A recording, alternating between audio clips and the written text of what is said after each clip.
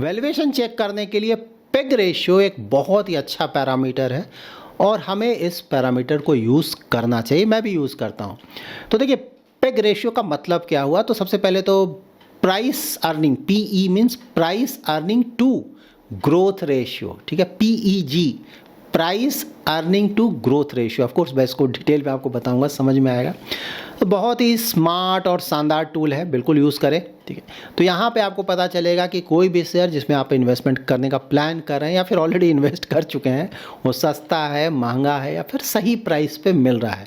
तो जब भी हम शेयर खरीदने जाते हैं तो ऑफकोर्स हम देखेंगे ना कि भाई प्राइस सही है कि नहीं। अगर सही, मतलब प्राइस का मतलब वो वैल्यूएशन मैं बोल रहा हूँ, ठीक है। अगर सही वैल्यूएशन पे कोई स्टॉक अवेलेबल है तभी हमें इन्वेस्ट करना चाहिए, नहीं तो ज़्यादा वैल्यूएशन पे इन्वेस्ट करेंगे तो या तो आपको रिटर्न अच्छे नहीं आएंगे या फिर आपको लॉस भी हो सकता है।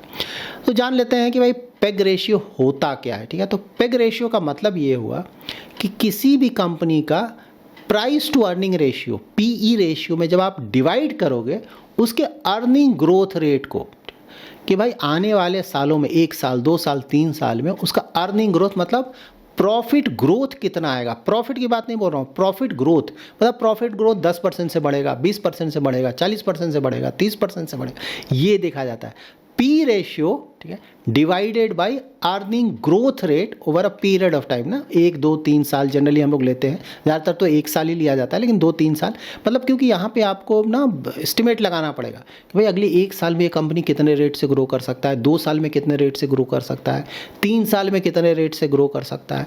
अब यहाँ पे ऑफकोर्स आप 5 साल 10 साल का एस्टिमेट लगाएंगे तो उसके चांसेस बहुत कम है कि वो सही होगा ना। इसलिए एटलीस्ट शॉर्ट टर्म में थोड़ा सा प्रेडिक्टेबिलिटी होता है कि नहीं भाई 1-2 साल में रफली हम एस्टिमेट कर सकते हैं, ज़्यादातर केसेस में सही हो सकता है। 5-10 साल में तो बहुत मुश्किल है। तो इसीलिए शॉर्ट टर्म का कि 1-2 साल 3 साल में किस तरह का हो सकता है। अब मैं आपको बताता हूँ कि ये पेग रेशियो कैलकुलेट कैसे करेंगे। बहुत सिंपल है। तो पेग रेशियो में सबसे ऊपर क्या होगा? Price to earning ratio, that is P ratio. P ratio कैसे कैलकुलेट करोगे?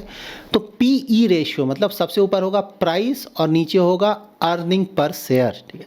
तो प्राइस मीन्स स्टॉक का जो प्राइस है, शेयर का जो प्राइस है, जो कि डेली आपको लाइव दिख जाता है। तो stock price divided by EPS, that is earning per share. Earning per share का मतलब क्या हुआ कि भाई कंपनी का प्रॉफिट कितना है। प्रॉफिट में जब आप डिवाइड करोगे आउटस्टैंडिंग शेयर्स की, कंपनी के आउटस्टैंडिंग शेयर्स कितने हैं, तो उससे जब आप डिवाइड करोगे प्रॉफिट में तो आपको ईपीएस निकल जाएगा। तो यहाँ पे प्राइस डिवाइडेड बाय ईपीएस करोगे तो पी रेशियो निकल जाएगा। और पी रेशियो में जब आप उसके प्रॉफिट ग्रोथ से डिवाइड करोगे, मतलब ऐसा प्रॉफिट ग्रोथ जो कि हम ना एस्टिमेट करें कि 1 साल में कितना प्रॉफिट ग्रोथ आ सकता है कंपनी, उससे जब आप डिवाइड करोगे तो आपको पेग रेशियो मिल जाएगा। तो एक सिंपल एग्जांपल क्या हो सकता है कि मान लीजिए किसी कंपनी का पी रेशियो 30 है और मान लीजिए कि हम एक्सपेक्ट कर रहे हैं कि ये कंपनी अगले 1 साल में जो उसका प्रॉफिट ग्रोथ है वो 30% से ग्रो कर लेगा। तो यहाँ पे आप पी रेशियो 30 है तो 30 divided by expected growth rate कितना है, ईपीएस ग्रोथ रेट 30%, तो 30/30 हो जाएगा, दैट इज़ 1, पेग रेशियो 1 हो जाएगा। तो अब यहाँ पे पेग रेशियो कितना अच्छा है कितना ख़राब है, तो पेग रेशियो अगर 1 से कम आता है, ठीक है, तो वहाँ पे माना जाएगा कि अंडर वैल्यूड है स्टॉक, इन्वेस्टमेंट के लिए अच्छा है। पेग रेशियो 1 है तो फेयरली वैल्यूड माना जाता है। और पेग रेशियो अगर 1 से ज़्यादा है तो ओवर वैल्यूड माना जाता है। यहाँ पे देखिए ये ध्यान में रखें ना कि अगर बहुत अच्छा कंपनी है, ज़्यादातर जो पैरामीटर्स हैं उसके बहुत अच्छे हैं, तो वहाँ पे पेग रेशियो अगर 2 के आसपास भी है ना, 1.5, 1.6, तो कंसिडर कर लेना चाहिए। पर्सनल एक्सपीरियंस से मैं बता रहा हूँ, ठीक है। तो मतलब 2 से अगर कम है और बाकी पैरामीटर्स में वो काफ़ी अच्छा है कंपनी, ठीक है, तो वो कंसिडर किया जा सकता है। 2 से ऊपर तो मतलब नहीं बनता है, रिस्क बहुत बढ़ जाता है, ठीक है।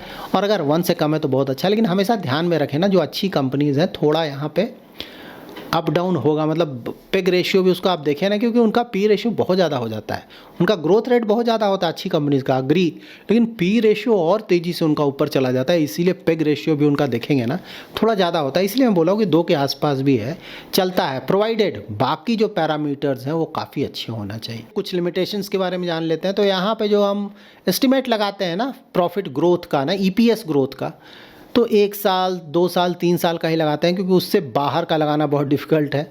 तो यहाँ पे एक तो एस्टिमेट है भाई, सही होगा नहीं होगा, गलत होगा क्या होगा, यू नेवर नो ना, फ्यूचर है, कंपनी के साथ आगे क्या होगा, ठीक। और ऊपर से हम सिर्फ शॉर्ट टर्म का ही लगा पा रहे हैं, मीडियम टू लॉन्ग टर्म का नहीं लगा रहे हैं, क्योंकि कई बार पी रेशियो इतना ज़्यादा होता है कि वो कई सालों का आगे का ही देख कर पी रेशियो इतना बढ़ जाता है कि आगे 5 साल में 10 साल में कंपनी इतना ज़्यादा ग्रो कर सकता है, उसके आधार पे पी रेशियो डिसाइड हो जाता है।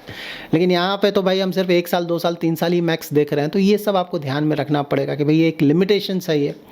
इसके अलावा जब कंपनी का जो प्रॉफिट है पॉजिटिव होगा तभी तो, मतलब अगर प्रॉफिट ही नहीं आ रहा है तो कहाँ से आप उसका पेग रेशियो निकालेंगे, तो ये भी आपको ध्यान में रखना है।